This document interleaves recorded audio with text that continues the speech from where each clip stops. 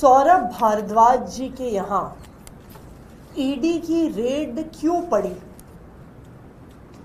इसको समझने के लिए हमें देखना पड़ेगा कि कल से पूरे देश में प्रधानमंत्री नरेंद्र मोदी जी की डिग्री पर चर्चा हो रही है। क्या चर्चा हो रही है कि एक आरटीआई एक्टिविस्ट ने सीआईसी का ऑर्डर निकलवाया कि दिल्ली यूनिवर्सिटी को मोदी जी की डिग्री दिखानी पड़ेगी, और यूनिवर्सिटी ने क्या किया, उन्होंने डिग्री दिखाई नहीं। उसके बजाय वो हाई कोर्ट में चले गए सीआईसी के ऑर्डर के खिलाफ।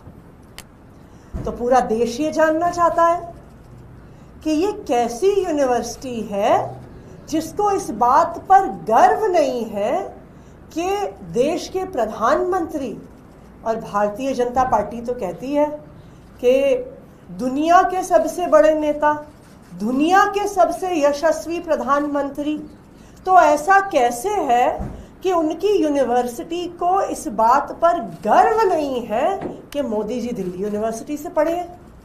मुझे तो लगता है कि दुनिया में कोई भी ऐसी यूनिवर्सिटी नहीं होगी जिसको गर्व नहीं होगा कि उस देश के प्रधानमंत्री हमारे यहाँ से पढ़े हैं। आप प्रधानमंत्री छोड़िए, रेखा गुप्ता जी जो दिल्ली की मुख्यमंत्री हैं, जब वो मुख्यमंत्री बनी तो दिल्ली यूनिवर्सिटी ने उनको बुलाया, उनको सम्मानित किया, क्योंकि उनको गर्व था कि हमारी एक छात्रा दिल्ली की मुख्यमंत्री बनी। जब मैं मुख्यमंत्री बनी थी तो दिल्ली यूनिवर्सिटी के सेंट स्टीफेंस कॉलेज ने मुझे बुलाया, मुझे सम्मानित किया। मैं ऑक्सफोर्ड यूनिवर्सिटी से पढ़ी थी, उन्होंने न्यूज़ लेटर में ये खबर निकाली कि हमारी एक छात्रा, हमारी एक पूर्व छात्रा दिल्ली की मुख्यमंत्री बनी है। लेकिन दिल्ली यूनिवर्सिटी छुपाना चाहती है कि प्रधानमंत्री जी उनके छात्र थे। अब पूरा देश इस बारे में बात कर रहा था। तो इससे ध्यान भटकाने के लिए सौरभ भारद्वाज जी के घर पर फर्जी ईडी की रेड की गई है। ये रेड 100% फर्जी क्यों है? क्योंकि जिस समय का ये मामला है, जब अस्पतालों के निर्माण का ये फैसला हुआ, तब सौरभ भारद्वाज जी मंत्री ही नहीं थे, वो उसके 2 साल बाद मंत्री बने।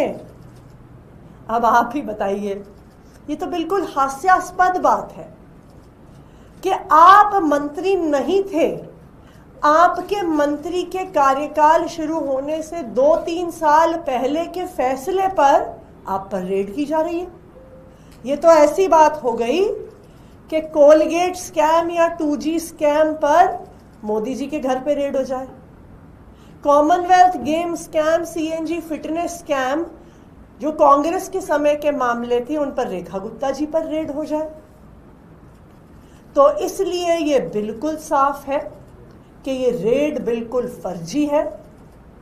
मोदी जी की डिग्री के मामले से ध्यान भटकाने का तरीका है, आम आदमी पार्टी को डराने धमकाने का तरीका है। लेकिन मैं प्रधानमंत्री नरेंद्र मोदी जी को और पूरी भारतीय जनता पार्टी को ये बता दूं कि आम आदमी पार्टी ने आज तक ना 1 रुपए का भ्रष्टाचार किया है, ना 1 रुपए का भ्रष्टाचार करेंगे। आप चाहे कितनी भी रेड कर लीजिए, आम आदमी पार्टी कट्टर ईमानदार पार्टी है। भ्रष्टाचार का 1 रुपया भी हमारे किसी नेता से आपको नहीं मिला है और नहीं मिलेगा। हम आपकी रेड से, हम आपकी धमकियों से डरने वाले नहीं हैं। पूरे देश ने देख लिया है कि किस तरह से सत्येंद्र जैन जी के भी घर पर रेड हुई थी, उनको फर्जी मामले में गिरफ्तार किया गया था, और अब कुछ साल के बाद उसी सीबीआई को, उसी ईडी को क्लोजर रिपोर्ट फाइल करनी पड़ी और कहना पड़ा कि हमारे पास एक चवन्नी का भी सबूत नहीं है।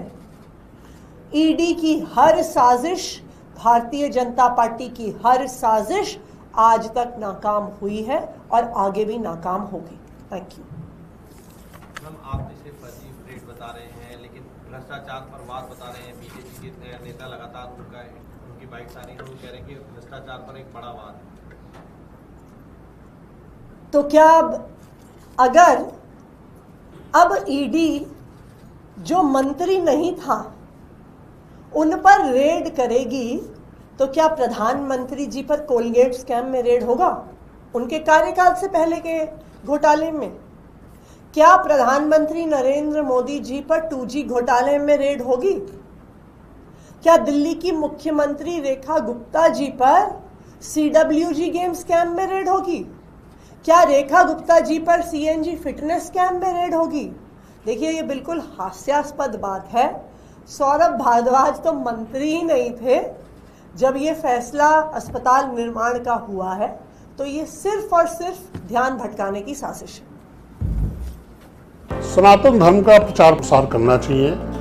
हमारे युवाओं को खास तौर से उसमें जोड़ने की प्रयास है। हम हर संभव प्रयास करते हैं कि कहीं न कहीं कार्यक्रम चले, जैसे भागवत कथा या जिस तरह की भी अपना जो सनातन को बढ़ावा दे, उसमें उन लोगों को बढ़ चढ़ के हिस्सा लेना चाहिए। खबरों से खबरदार रहने के लिए चैनल को सब्सक्राइब करें और प्रेस करें बेल आइकन।